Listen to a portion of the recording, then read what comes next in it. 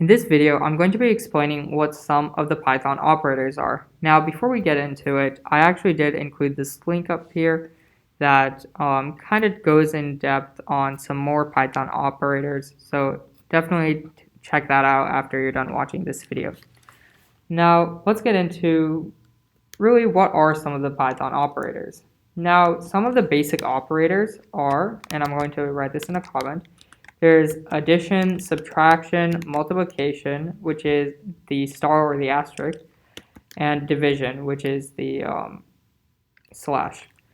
And one other one we're going to be going into is what modulo is, because that can be really helpful in programming. So here's what we're going to do. X is equal to 5. Actually, let's make it 4. X is equal to 4, y is equal to 2. Now, if I want to do different things with this, I can do print x plus y, and then I'm just going to copy this a bunch of times.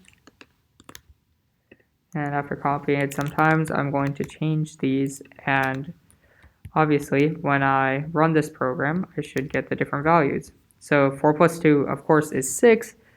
4 minus 2 is 2. 4 times 2 is 8, and 4 divided by 2 is 2. But what's modulo? Well, let's see. And modulo is the percent sign. So this returns 0. Any guesses? Well, modulo is actually how you can return the remainder. So if I make x 5, 5 divided by 2 is 2 remainder 1. And so if I go ahead and run this, yes, modulo outputs 1. What if it's 17 and I do 5? Well, of course, modulo outputs 2.